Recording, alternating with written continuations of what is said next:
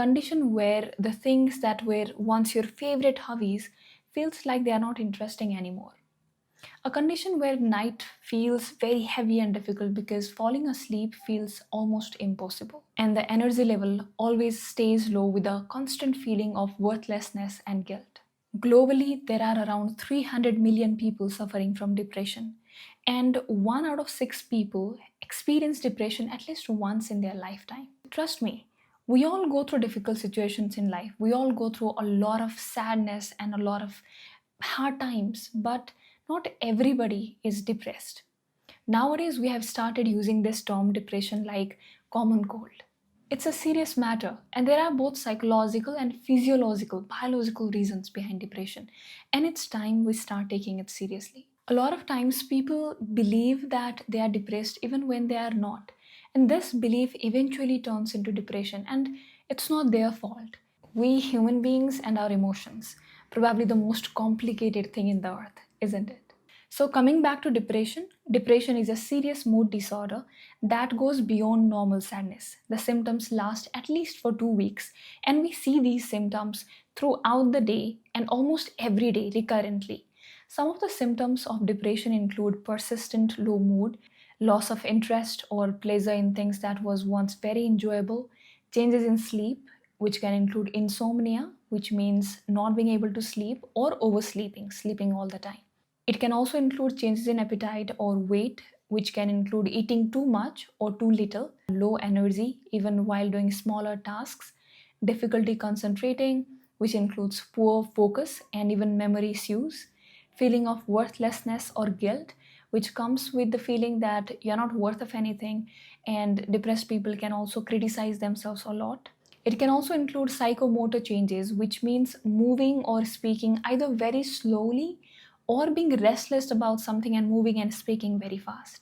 If you see that somebody is isolating themselves from friends and family, if they are staying in bed for a very long period of time, neglecting personal hygiene, skipping work or school, and using mobile phones as a way of running away from all these situations, then probably it can be a symptom of depression.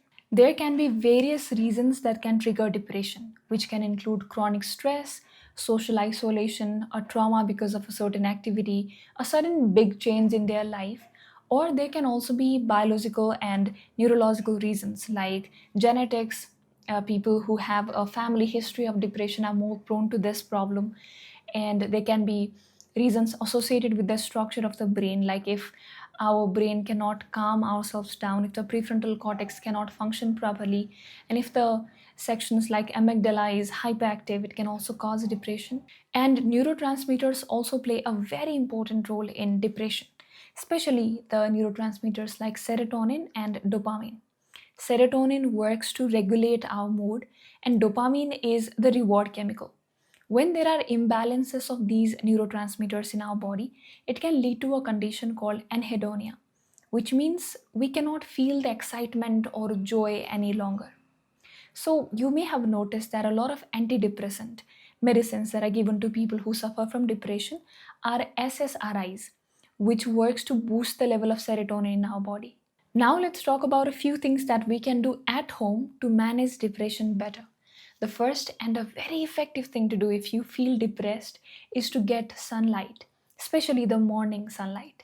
It helps to boost the level of serotonin in our body, and it works exactly like a lot of antidepressant medicines, SSRIs, which also works to boost the serotonin. So it's a very easy way, it's a very simple method of helping our body maintain the level of serotonin. So if you feel like it's not just you, but anybody else who feels depressed, you can drag them to get some sunlight with you. Another really effective thing to do is move our body a little, do a little exercise and some physical activity. When we are engaged in something physically, it helps to produce endorphin in our body. And ultimately, endorphin helps to maintain the neurotransmitters like dopamine and serotonin, which are the leading cause behind depression, the imbalances of those chemicals. That's the reason.